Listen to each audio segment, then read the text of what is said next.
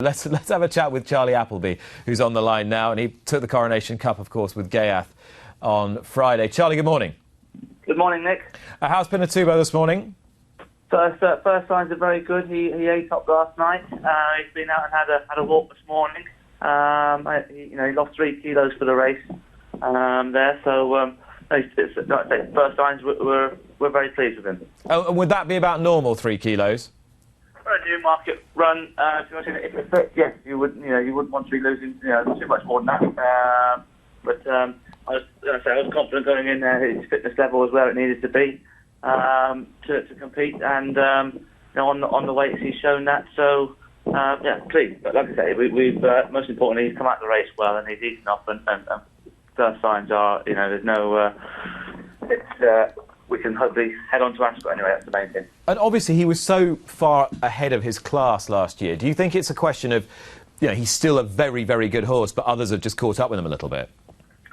Honestly, I was pleased. I said going into it, I was obviously ticked every box. Even throughout the race, I was just happy. The horse, as I say, at home, he just never will get you excited in the morning. So, firstly when I was watching it, I was just pleased that he was up there travelling and showing all his usual race enthusiasm.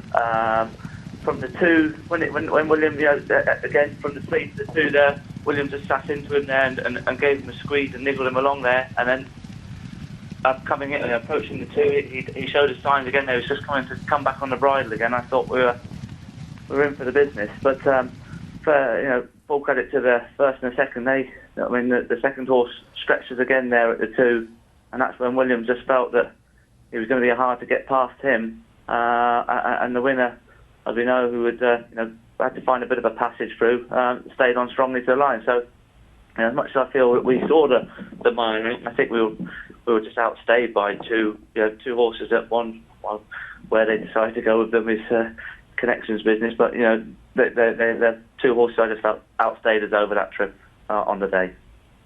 And what we did find out about him last season was that he could take runs, relatively quickly, and I'm guessing that's to do with his relatively laid-back temperament, a horse who doesn't do too much in his work at home. Does that give you hope as regards going to the St James's Palace?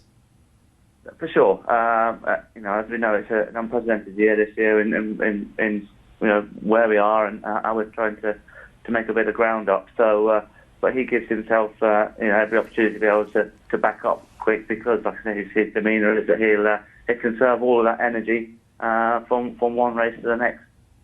Well, I'm glad to hear he's okay. It's good that he's going to Ascot and that you're pretty pleased. Isgayath was mind-blowing, absolutely mind-blowing, smashing the track record. Admittedly, there aren't too many races of that calibre over 1.5 miles at Newmarket, but he did so and beat very good horses as well in Anthony Van Dyke and Stradivarius. Do you think he's a better horse this year, Charlie, or do you think the race just set up perfectly for him? Both.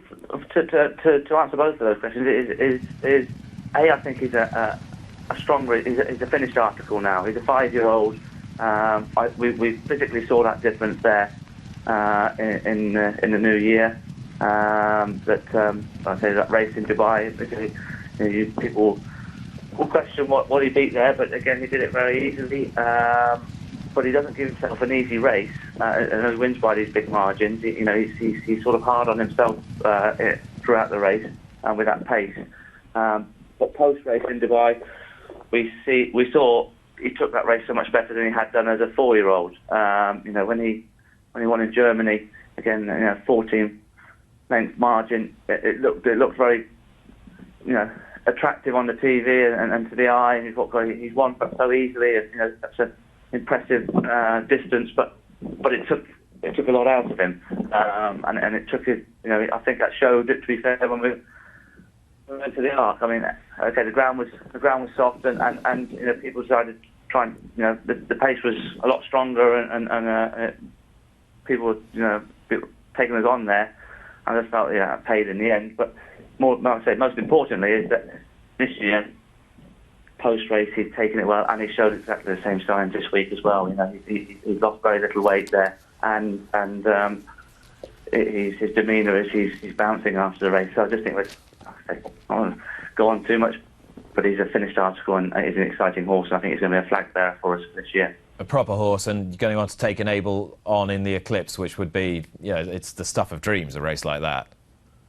Yes, I mean, again, you're asking, was the race sort of set up well for him?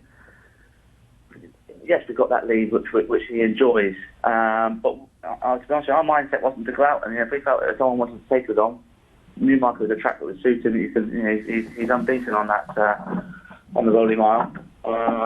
He just needs that bit of space, and then once he gets into that rhythm, then he's away. But William gave him a copybook ride from the front there, hit every fraction spot on, and he galloped out the way he did for that reason. Busy afternoon for you today. Maybe slightly less pressure in the Classic with Summer Romance, beautifully bred Summer Romance and William. But she made a very promising start to her career last year. How hopeful are you of a big run? She's done very well, as we say. She won a maiden well, won the Empress well, and then she's disappointed as at Ascot. Then the ground was on the slow side that day. And to be honest, the preliminaries didn't go particularly as planned. She got herself quite wound up and upset. So we put a line through that. Then we went to Salisbury for a Dick Paul, and we were very happy with her. But she just felt that it was a filly that we were sort of just probably just taking her tail slightly. And she ran a creditable race. She finished. William just said she felt road weak. So it was at the end of her 2-year-old career. We put her away, but she's physically done well for the winter. It's going to be, hopefully, the rain. We've got a bit of rain just starting now here in Newmarket, but it's going to be a sounder surface that she's encountered from her last 2 runs, and therefore, if she produces that sort of summer form that we saw her as a 2-year-old, I think she'll run a big race. I don't know whether she's good enough to go and win a Guineas, but I think she'll run a very creditable race. Charlie, thanks so much. Subscribe to Racing TV to be notified when more Luck on Sunday videos are appearing online. And don't forget to join me for the show every Sunday morning from 9 o'clock with the best guests.